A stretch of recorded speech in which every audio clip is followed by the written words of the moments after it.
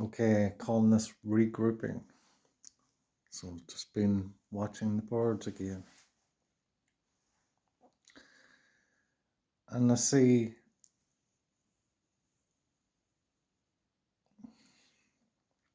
where there used to be more one flock, it's now like two flocks, like two groups of birds.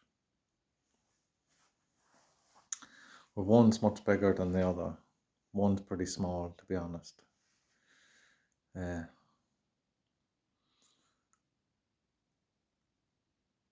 What I find is they separate, go in different directions. But the smaller of the group seems more, I would say, hot and bothered just because of other happenings I was seeing around at that time. Like the bigger group had turned against the smaller group because of whatever caused the dividends. It was like when something breaks down in groups, they'll re-collaborate into their own wee groups, groups within groups. And in some cases, they're smaller than others. But in this case, it's like seeing just two groups. One of 12 or 13, I think it was. One of 3.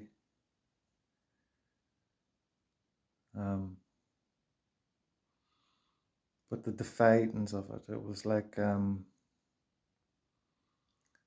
they once flew together, had that belief, that same run, that same path that they flew on,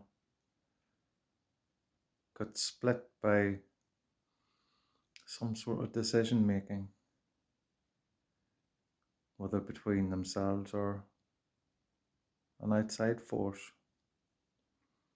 But what you see is the group just could never sustain its original form.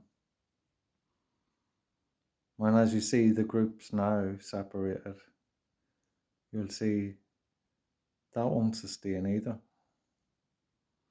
That will have to come to a smaller form. And as you see with birds, as you see one flying alone, that's what you will see.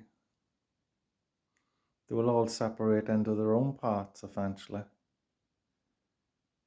and be guided in who they are individually. This is Happy Chappy. Love and peace.